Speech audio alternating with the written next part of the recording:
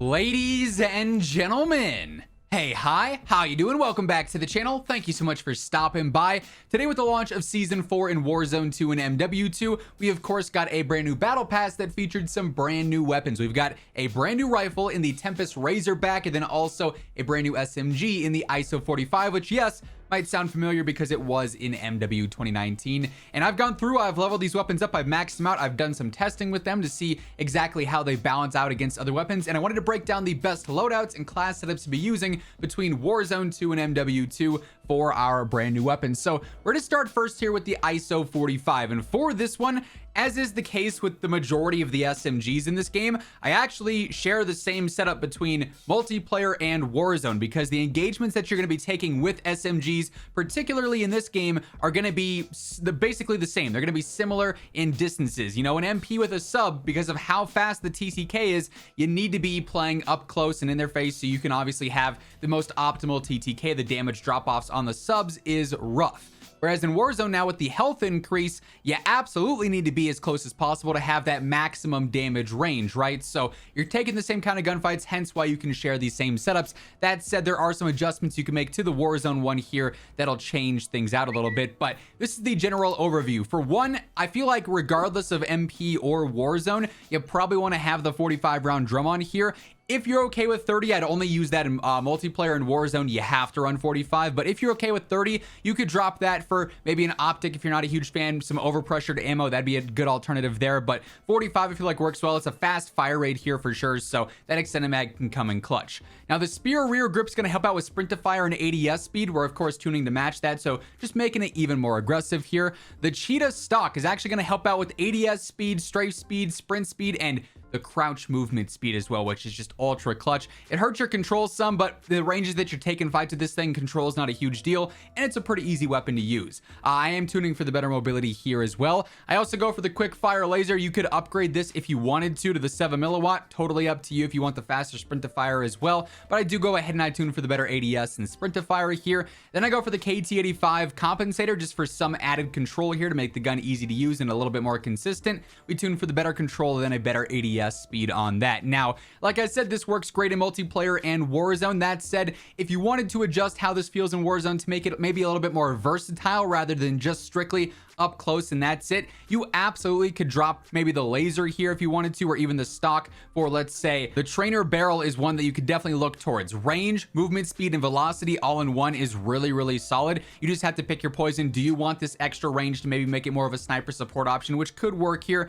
Do you want that added velocity and movement speed over, you know, the sprint speed, over the sprint to fire and ADS, over, you know, the ADS speed? Totally comes down to how you want the weapon to feel, but you could definitely mess around with either, you know, going after overpressured, going after the trainer barrel here, if you want to adjust this and see if it works more towards your play style or just the general overview here. But regardless, ISO 45, it's a competitive sub. Right now, a lot of the subs are going to be kind of bunched together, at least in Warzone, with the overall meta because of the health increase here. I mean, the Lockman, the MP5 really, and then the Vaz are going to be two top tier choices. This I feel like is almost in the middle of what the MP7, the Lockman, and the Vaz are, so solid choice. I don't think it's the clear number one SMG by any means, but it's also one that absolutely can hold its own, competitive for sure, you know, to start things off. Now, as we jump over to the Razorback, quick reminder, if you guys are new here, every day I got you covered with all things going on in COD. So if you're interested in news, updates, loadouts, tips, you name it, it's all right here. So feel free to hit that subscribe button. Join us ultimately on the road to 1 million subs. But when it comes to the Razorback, unlike the ISO 45, this is very different between multiplayer and Warzone, right? It is definitely a fast firing, more aggressive like AR. You'll notice that over range, this thing drops off. Like, it does not have a great damage over range factor whatsoever. It's definitely a mid-range and a close range based rifle. You know, not necessarily, I feel like, as much as the 74U or the Chimera are, but definitely something that falls in between that and, say, an M4 or an M13, right? So middle ground there. This setup for multiplayer is what we're starting with here first, and it's more so based around that more aggressive, faster TTK mid-range like area. 45 round extended mag here I feel like works well for multiplayer. 30 rounds, you run out quick. Like, if you're not super accurate, you're not going to have enough ammo there to accurately take on two opponents and get them both you know, taken out before they get you, right? So 45 definitely helps out there. I go for the X1 rear grip here. This is just recoil based. There is noticeable recoil, especially once you get out into some of those further distances, 40, 50, 60 meters. it's noticeable, so this helps out there. I also go for the basic blue dot here. Not really a huge fan of the irons, and over range those aren't going to serve you much purpose, so basic blue dot, furthest eye position, faster ADS. I go for the tanker barrel. This is better control, better velocity, just very standard for good mid to long range, benefits there. I tune for a slightly better range and then also better steadiness. Then lastly, I go for the castle compensator. Helps out some with that horizontal. There is horizontal and vertical movement here, so this makes the gun a bit easier to use and just a bit more consistent. We're tuning for better control all around there. But in general, in multiplayer, I mean, it's a pretty standard rifle. If you are in the close to mid range with this thing and you got your sights up, it will melt. Over range, it's probably going to get a lot of hit markers. It's competitive, but it also really depends on the range that you're at and the other weapons that the enemies have. Because if they have a sub close range, it could lose to that. If they've got a 7.62 or a heavy hitting weapon long range, it could lose to that. But you could also outgun in some surprise scenarios as well. And then for Warzone, you can see just based off the preview of the build here, it is definitely a different build and a different dynamic. I still think this is thriving for the mid-range. You could even use this as sniper support, but if you're trying to use this as a replacement to your Hemlock, to your Cronin, to your TAC 56 or M4 or M13, for the long range, it's just not that, viable because of its damage drop off and because of its faster fire rate. It's over range gonna fall short, but in the mid range, it can thrive for sure. And even in some close range, again, if you have your sights up, this setup is a little bit slower ADS, but for sniper support, absolutely can hold its own. It's a little bit more versatile than a Chimera or a 74U, but not as quick as some of the subs, of course. AMOT-V4 here, furthest eye position, faster ADS. Jumping up to the 60, you pretty much have to use the max extended mag on every weapon now because of this health increase with Season 4, so 60, of course, is a no-brainer choice there. Now, because we're focused on mid-range here to really capitalize on the Razorback's efficiency, I don't feel like you need high velocity. If you were trying to use this for long range, you probably would want that, but you're not going to thrive there, right? So instead, I opt for the Edge 47 on our barrel, some basic stabilization. I do tune for some better mobility, but also even better stabilization.